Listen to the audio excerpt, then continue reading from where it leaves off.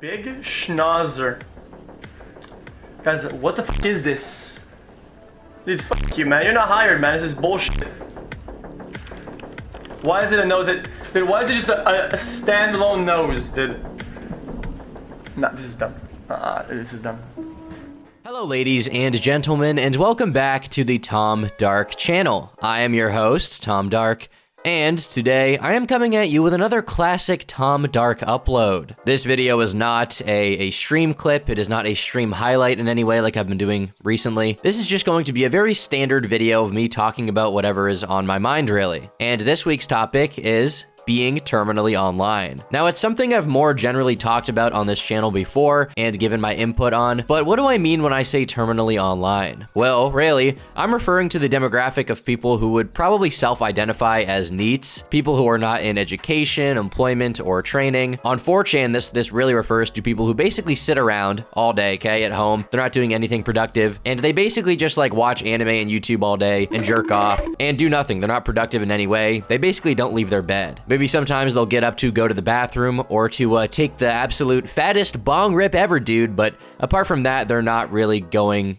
anywhere. That's pretty much it. They sit around and engage in endless entertainment and pleasure and not much else. And they sort of defend this choice and encourage others to live this kind of lifestyle as well. They're trying to pull other people into their sort of pit. It's like the analogy of the crabs trying to climb out of the bucket, right? And when one crab gets to the top and, you know, almost gets out, they grab them. They're like, hey, don't you remember that, like, you know, being a loser is fun? And they pull them all the way back down, and they just try to bring other people into this kind of pit of misery that they're in. And this is a common thing if you're, you know, a young person especially. I think you'll probably meet a lot of these people. If you're at college or something, or if you're in high school, you'll see these people around, and they're just kind of a prevalent thing, especially today when, you know, people have such easy access to entertainment. They have easy access to TV, to video games, Netflix, HBO Max, whatever else. There's no shortage of distractions to get caught up in, and basically, like, it's not the most infeasible thing ever to think that there's a bunch of people who hole themselves up in their rooms and just do nothing all day, right? Because it's easy. And really, you know, in my own experience, easily the most miserable people that I know right now, people I've known in the past, whether it be my friends or from acquaintances or people I've heard about, you know, through others that I know, easily the absolute most miserable people that I know are people who spend all of their time inside their room on their computer. Sounds ironic coming from someone who who spends a lot of time on his computer, okay? But just bear with me, okay? There's a greater point here. These are people who they spend all their time alone inside their room on their computer, on their phone, on their fucking iPad or whatever, and they're not trying to accomplish anything with themselves. They're not trying to strive for something. They're really just trying to distract themselves from the problems of the world and the problems at hand. Just the other day, I met this kid who I hadn't ever been around before, and I was talking to him. I was like, oh, well, what do you do? Like, what are your aspirations? Like, do you have anything you like? Just trying to sort of get an understanding of the kind of person he is. And he was like, yeah, you know, I don't know. I just don't do much. I just like sit around and do nothing. And this is a kid who he doesn't have a job. He hasn't been in classes for like 6-7 months. And he was a kid from a nice family who clearly had money because, you know, he lived in an apartment building that his dad owned for free. And he got to just sit around and do nothing as a result of it because no one in his life was pushing him to do anything. His parents weren't, he wasn't. He didn't have any motivation for seemingly any kind of progress. He was totally fine with just like living in the top floor of this apartment building that his dad owned for the rest of his life and like withering away. And, you know, I don't hate the dude, but it was just sort of sad to see this guy who seemingly was reasonably intelligent. And, you know, okay, I'm not trying to be gay here, okay, but he was reasonably like attractive, okay? He wasn't a bad looking dude. And he was just like obviously miserable and not content with his current situation. And unfortunately, a difficult truth that I think he has to confront, and a lot of people have to confront in a situation like that, is that to be happy, you do have to try and pull yourself out of it constantly. Not just once, not just like, you know, once every few weeks, but you got to be constantly working towards something to get there. And you know, happiness and being content is really like a muscle you need to exercise, just like the real muscles on your body. You know, the more you try and the more you exercise your muscles, the bigger you'll get and the easier it will get over time. It'll just be like a habit. But, you know, to get started, that probably is the hardest part. Just like, you know, getting started working out is the hardest part. Being content and being happy with your life in general is a constant battle you have to go through. And that's unfortunately the truth of the matter that I think a lot of people are sort of having a hard time accepting these days. There's this other guy that I know, and he may even be watching this video right now because he has a YouTube channel of his own, and I won't name him for the sake of his own privacy, but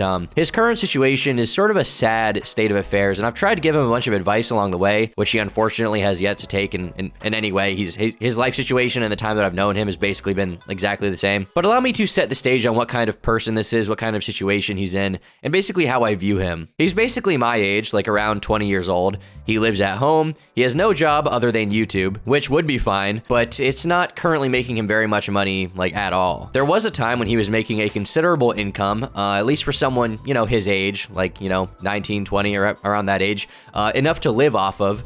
But that time has passed because a sort of trend that he rode died down, and now he's stuck not making very much money, and he doesn't have a job or degree of any kind, and he has no experience in anything else. So this is the position he's sort of just stuck in for now. He's stuck being this, like, kind of irrelevant YouTuber who isn't trying very hard, who doesn't have a trend to ride right now. And unfortunately, that means that for him to succeed, he's going to have to really dig deep and start making better content and start building a fan base and start building that kind of audience, building his brand, which is something that he hasn't had to do until that point, because he had a little trend he could ride that got him a substantial amount of money for like 5-6 months, and now that that's gone, he doesn't know what to do. The good news is that he doesn't have a lot of immediate things he needs to pay for, because his parents very generously allow him to live at home, rent-free. They don't pressure him to change anything in his life. And that's cool, you know, that's very nice of them and generous of them, but that's sort of where his problems also come in. He doesn't need to pay rent, he doesn't need to pay for food, he doesn't need to pay for his internet, his utilities. The basic conditions of survival have all been met by someone else, an external factor, and as a result, he's not striving to do better and succeed. He isn't striving to grow his skill set,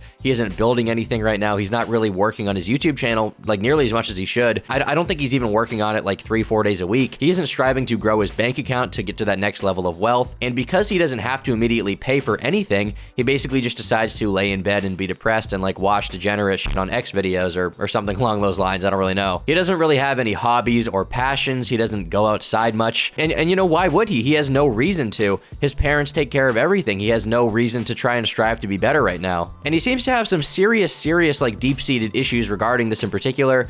I think he's depressed. I don't think it's like a serotonin imbalance. I think it's clearly, to me, his lifestyle that made him depressed. And I've repeatedly tried to sort of talk him out of it, but clearly my words seem ineffective no matter what. They don't seem like quite enough to get him off his ass out of bed to do what he needs to do. I've tried to describe to him that, like, this YouTube thing, to make it work, you sort of have a limited window of time that you're not going to have forever, you know? It's important to be aware of the passage of time when you're a YouTuber, because ultimately people like young people, and the people who are currently watching YouTube the most are young. And so if you want to succeed, you need to be somewhat relatable to them. You need to sort of be in the zeitgeist. You need to have your brain in the game as far as like what's going on in the news. And you know, that time might not last forever. It may be 2 years, and maybe 5 years, and maybe 10 years, but you just don't know. Like, you're young right now, you have a lot of time. You need to really act on that.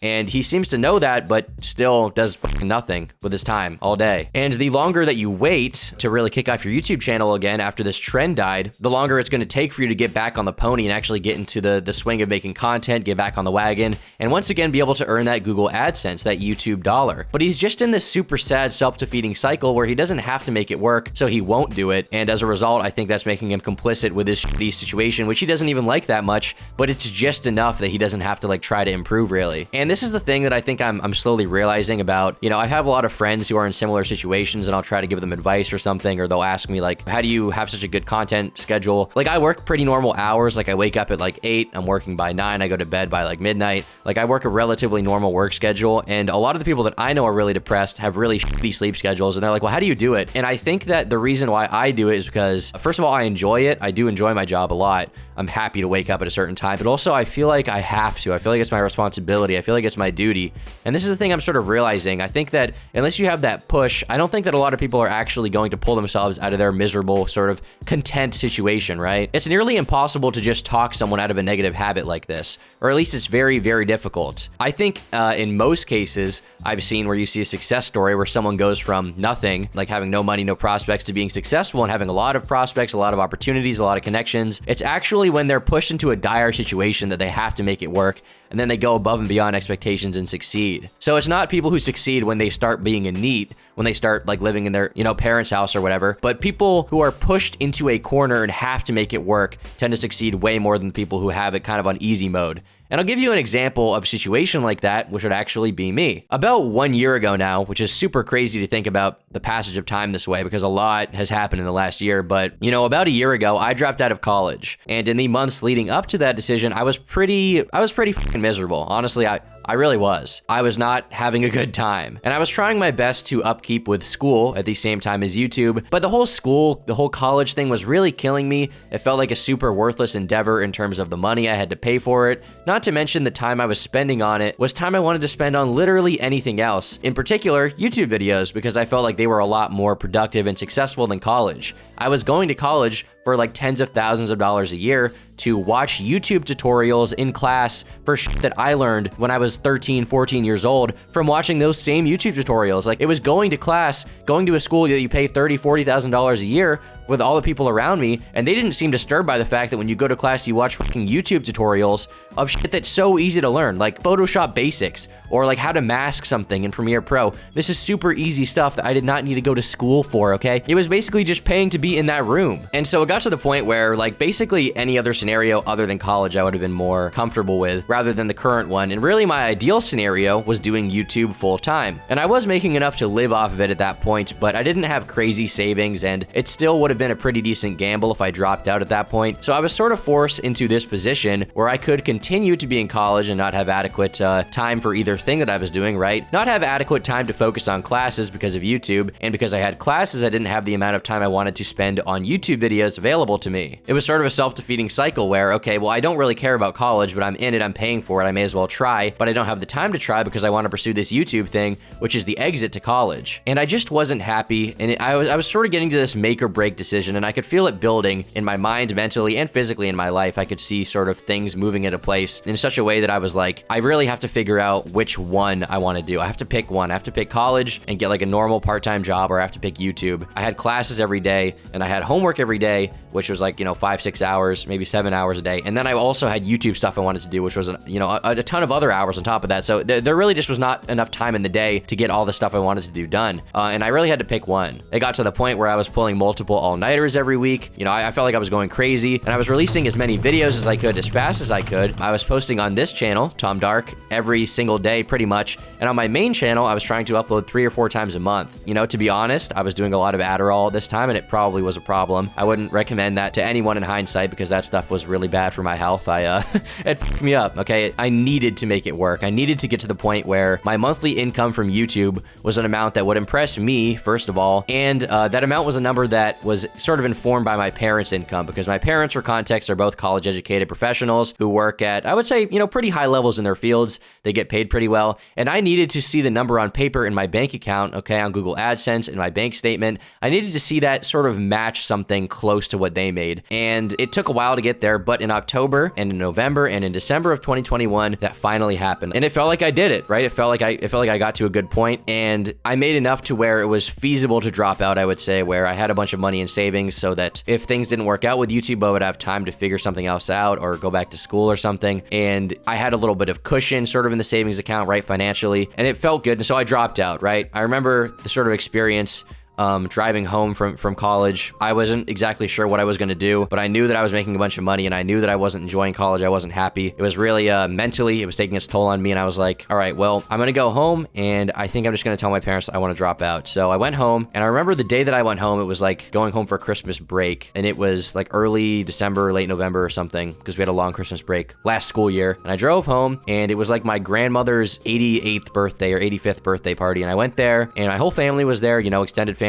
cousins, aunts and stuff, and they all, they saw me. I hadn't seen them in a while. How's school going? How's school? Because, when you're in college or when you're in high school, I mean, that's what everyone asks you, right? You go to these family functions. How's college? How are classes? How are things going? So that's what I told them. I was like, it's going good. Everything's going good. There's no problems. I'm really enjoying, college. And as soon as I got home, like, we walked in the door, me and my parents, and I was like, I'm dropping out. I'm done. I can't fucking do this anymore. And it was a very hard conversation. I'm not going to act like it was pleasant. They were pretty displeased with my decision for a while, but it was just something I had to do for myself. And I think on paper, they understood that the money I made at least was an indicator that things were going in the right direction. And that's really an indicator to adults. If you ever want to show them they're succeeding in anything, you show them your stupid like noise rock or whatever, they're going to be like, that's so dumb. Like, why would you ever spend your time on this? You could be doing literally anything else. But if it makes you money, then obviously that's a signifier that you're functioning as a normal part of society and you get to do this cool thing. And, during that period of my life, I definitely lost some things. I definitely was cost of some things. Like, my own personal mental health was not the most amazing during that time, and that sucks, and I wouldn't recommend, you know, destroying your psyche to anyone. But at the end of the day, I don't regret what I did during that time because it did work. I did it. I made enough to where it was feasible to drop out. You know, I kicked the Adderall problem, and then a few months later, I moved out of my parents' house, and things have been pretty swell ever since, honestly. My life has not been better that I can remember. And I think if I had never gone to college or never gotten a job,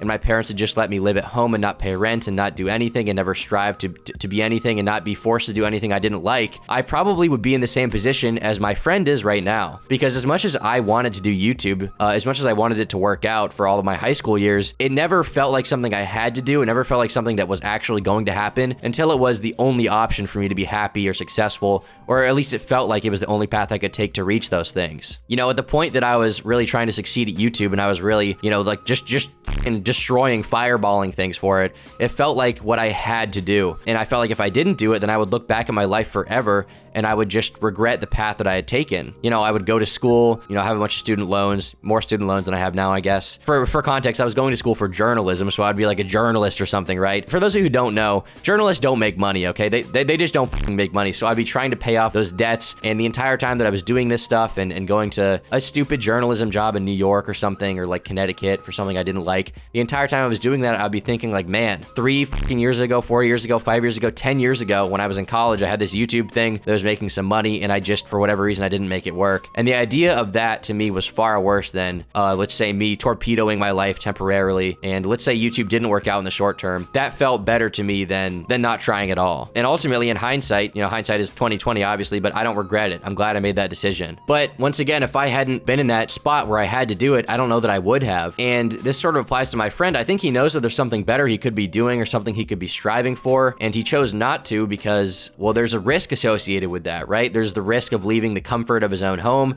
There's the risk of leaving the nest. You know, it's not necessarily guaranteed when he gets out of there. Easily one of the most harmful things to someone like this is video games. I say this while talking over gameplay footage. I know, very, very ironic, okay? Very, very, very hypocritical, but I do want to make a point here because I think video games, like anything in moderation, can be fun and cool and good, but this culture of gamers where people like to spend hours and hours and hours every day playing video games is just so fucking bad for you, man. It's really bad. And I remember a few years ago, Joe Rogan of the Joe Rogan podcast, the Joe Rogan Experience, got a lot of hate from gamers for his take on video games. A lot of people were mad at him, but pretty much everything he said in that clip was right. I mean, I would fully endorse it. And video games are a real problem. They're a real problem. You know why? Because they're fucking fun. Addictive. And you don't, yeah, well, I have a real problem with them. And you do them, and they're real exciting, but you don't get anywhere. 3 years later, you could be that same kid just playing video games, waiting for the next whatever the game is, you know, next Xbox game to come out, and you're gonna waste your time. And as I said, a lot of people got angry at him for this, but he's totally right. Video games are fun, but they're ultimately a virtual reality, and they're just entertainment. It's a nice way to blow off some steam. Ultimately, it's a waste of time. They are a waste of time that does not build anything for you. They don't make you better at anything. They don't make you money. They're the ultimate just like pleasure. It's basically like life porn. Actually, that's exactly what it is. It's life porn. Like Grand Theft Auto, like running around with like cars and shit and smashing people's new fucking Honda Fit, okay? Smashing the fuck out of their new Kia Telluride, okay? That's really what Grand Theft Auto is. It's like a fantasy life simulator, and it's fun and it's cool and it's a good way to blow off steam, but ultimately it doesn't build you anything in the real world. And when you have limited time, you probably should be spending as much time as you can, you know, reasonably muster on things that are actually going to improve your life rather than things that are a time sink. But the mentality of a lot of gamers, I think, is like, why try anything when you can just barely get by and then waste your time and get the sort of dopamine rush from video games like GTA. And then the argument from the nerds is like, oh, well, but what about Ninja? What about PewDiePie? They became famous from video games. And like, sure, they became famous through video games, but the way they actually became famous was because of their personalities, because they were funny, they were entertaining, and the games they played happened to be the medium that they blew up through, because video games are like currently the most popular, you know, entertainment franchise in the world, entertainment medium in the world. That's why they got famous. The average person is not using video games as a way to build a brand, though, or anything. They're not playing them as like a way to be an entertainer. They aren't streaming or making videos. They're sinking hours and hours of precious time into nothing, ultimately. And it's just kind of sad. It's like you're just spending your time being distracted from everything. You're spending your time avoiding responsibility. And that kind of shit has got to stop. And I'm not going to name my friend once again, but maybe this video will be the thing that kicks him into gear. But I don't think it will be, because if nothing I've said before hasn't, I don't know that anything will. I think the thing that's going to push him to the point where he's actually succeeding in life is himself. I don't think any external force can help right now. I think he needs to push himself into a position where he has to make it work, and then he probably will, because he's like smart and talented, and I think he could do it feasibly, but he just won't for now. And unfortunately, this kind of NEET culture is something that a lot of people celebrate right now. And it's kind of funny, but it's not actually cool, okay? It's just kind of like a sad like reality that there's a lot of people who have just given up. And I mean, if you can work from home and still be successful, like, then I guess you kind of get to have your cake and eat it too, right? Like, you get to have some of the benefits of being a NEET, but you know, some of the others you don't have to deal with. But I think the majority of NEETs aren't escaping from the average stuff of everyday life, like traffic.